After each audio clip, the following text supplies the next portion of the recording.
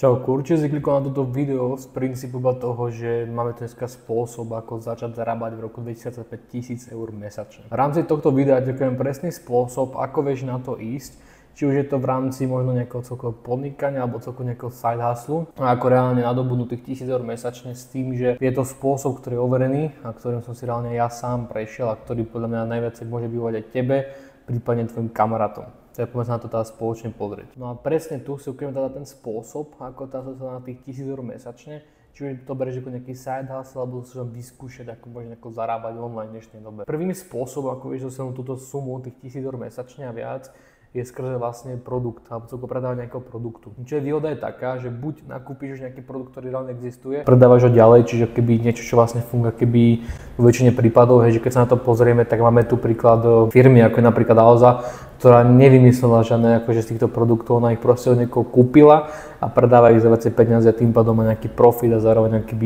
takýmto spôsobom nejako fungujú, hej. Takto to funguje napríklad v obchodoch, hej, obchod kúpi rožky od nejakého pekára alebo nejaké pekárne a proste predáva to za viacej peňazí ľuďom alebo teda respektíve nejakým zákazníkom alebo klientom. No a v rámci toho produktu buď nakúpiš a začneš predávať niečo, čo už reálne existuje, takže nevymýšľaš žiadny nový nápad a nepotrebuješ nejaké nové kapitálové zručnosti v rámci toho, aby si vytvoril niečo nové, takže má nejaký kapitál. Ale zároveň už robiť niečo také, že ako robí možno veľa ľudí na dnešnej dobe v rámci sociálnych sietí, čo si určite všimol, že ľudia vytvárajú nejaký vlastný merch alebo vlastne celkovo nejaký produkt, je to veľakrát spájane s dropshippingom, hej, len v rámci toho veľa ľudí už kupuje nejaký reálny produkt a niektorí sú takí ľudia, že reálne niečo vytvoria nové a je to čisto na tebe. A v rámci je to čisto na tebe a na tvojich možnostiach, aké máš v rámci produktu, tak teraz sa to pozerať takým spôsobom, že v rámci produktov musíš mať nejaký kapitál a nejaký research. Čo tým chce povedať je to, že v rámci kapitálu, ak chcem niečo predávať, musím najskôr ten tovar nakúpiť. Hej, ľudia sú takí, že najskôr veľakrát nakúpia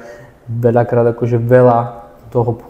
kusov toho produktu, veľakrát aj 100 000 kusov. No a vec je taká, že aby som sa v prípade produktov riadil čisto to tým, čo povedal Tomáš Baťa, že najskôr predaj, až potom výrob. Hej, lebo toto bol presný princíp, ktorý sa jemu stal. Vyrábali topánky a veľakrát zistili to, že sklady proste boli aj tým daným produktom, či tými topánkami a nebolo ich komu predať, alebo ľudia to nekupovali, ale ostávali zvyšky.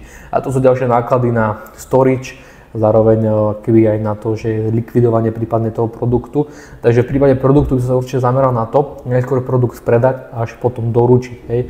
Toto vlastne aj tá filozofia možno toho dropshippingu, že proste čisto najskôr predávať až potom to nejako šipovať, ale treba na to myslieť, že treba tam mať nejaký ten kapitál, ak sa bavíme o nejakom čistom tom podnikaní, možno tam side hustle, že niečo máš a nemáš. Možno ak sa bavíme o tom, že ak ten produkt nechceš niekde skladovať, tak na toto je výborný nejaký reselling. Veľa ľudí používa na to v dnešnej dobe ticket reselling, hej, že proste nakúpia nejaké koncerty, ktoré reálne sa stanú, je okolo toho celý marketing. Reálne to sú ľudia, ktorých vieš, že tam reálne ten dopyt je a títo ľudia celkovo začnú kúpať ten koncert. Ty si ho kúpil za menej, predáš za viacej, môžeš tam mať možno aj 100 a viac eurový profit, záleží možno aj od akcie, ako máš. Toto by som skôr nechal si potom naštudovať už na samom tebe, ak vidíš napríklad do ticket resellingu alebo tak. Ale keď sa na to pozrieme, tak tam napríklad máš vyriešený marketing, máš vyriešený reálne nápad. Jediné, čo treba mať, je kapitál v takomto prípade, čiže je výborný stav v rámci biznisu. Ak sa bavíme číslo napríklad o tom, že predávaš nejaký produkt, či to je online alebo nejaký reálne hmatateľný produkt, akože in real life, tak treba mať nejaký research v rámci marketu, v rámci celkového dopytu a celkovo týchto vecí, ktoré tam zohrávajú rolu, aby si nedopadlo tak, že vymyslíš alebo nakúpiš niečo, čo reálne sa neuchytí na trhu, hej, lebo to je veľakrát taký spôsob, že reálne veľa ľudí si myslí, idem predať produkty a tak ďalej a zrazu zistia, že vlastne keď majú plný sklad, nič sa nedeje a jednoducho ten kapitál im proste stojí na jednom mieste, hej, čo v rámci podnikania není najlepšia nejaká možnosť, hej, v rámci tohto. Samozrejme, dá sa na tom zbohatnúť veľmi dobre, len musíš vedieť naozaj, čo ideš robiť s tým a tak ďalej. Toto je vlastne viac menej tá filozofia toho produktu. Čiže v rámci produktu veľmi dôležité mať ten kapitál, nejaký research v rámci dopytu, v rámci celkovo toho trhu, ako sa vyvíja ceny, konkurencia, marketing, všetky tieto veci, je tam veľa tých aspektov a je to skôr na také už samostatné video, ako do nejakého všeobecného videa teraz dávať. Takže toľko tomu produktu. A v rámci druhého spôsobu, ako sa dostane na tú sumu 1000 eur mesačne, môže byť skill alebo takzvaná nejaká zručnosť, v našom slovenskom preklade. No a treba sa mi predstaviť takú vec, že skill alebo zručnosť mal by tu byť najviac ideálne nejaký high paying skill.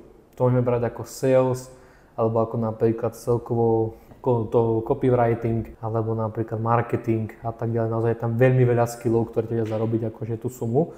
No v rámci skillu treba mať iba tú zručnosť, a potom ak mám tú zručnosť, už ho treba dať vonku do sveta, čiže vedieť ju predať, prípadne si ju nejako zmarketovať a vedieť získavať tých ľudí zvonku na moju danú službu alebo celkom moju zručnosť, ktorú viem niekomu vykonať. V rámci skillu veľa ľudí sa stakne do takého, ako by to tak nazývam, živnostenského módu, že proste príklad poviem, že niekto robí video editing, tak čisto robí video editing a proste tam sa stakne. Áno, vie to zarobiť veľa tisícok eur mesačne, pokiaľ si fakt dobrý a vieš s tým dobre pracovať a máš veľké, široké portfólio klientov a vieš to byť kvalitne a dobre, ale si taký staknutý v tom živnostenskom lifestyle, čož na side hustle není zle, že proste zarobíš si liter 2-3 a proste keď vieš týmto fungovať a nejako to škálovať potom, že máš viacej high ticket klientov a tak ďalej.